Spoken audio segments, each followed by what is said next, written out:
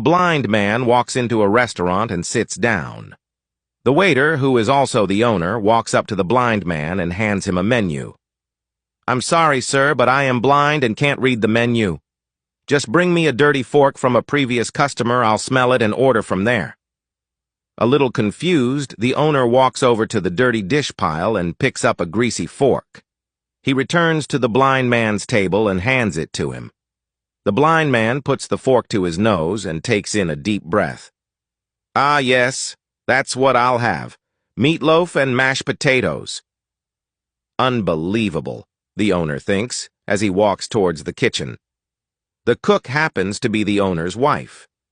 He tells her what had just happened. The blind man eats his meal and leaves. Several days later, the blind man returns and the owner mistakenly brings him a menu again. "Sir, remember me? I'm the blind man." "I'm sorry, I didn't recognize you. I'll go get you a dirty fork." The owner retrieves a dirty fork and brings it to the blind man. After another deep breath, the blind man says, "That smells great. I'll take the macaroni and cheese with broccoli."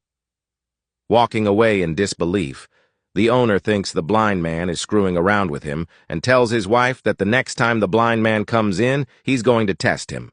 The blind man eats and leaves. He returns the following week, but this time the owner sees him coming and runs to the kitchen. He tells his wife, "Mary, rub this fork on your panties before I take it to the blind man." Mary complies and hands her husband the fork. As the blind man walks in and sits down, the owner is ready and waiting. "Good afternoon, sir. This time I remembered you and I already have the fork ready for you." The blind man puts the fork to his nose, takes a deep whiff, and says, "Hey, I didn't know that Mary worked here.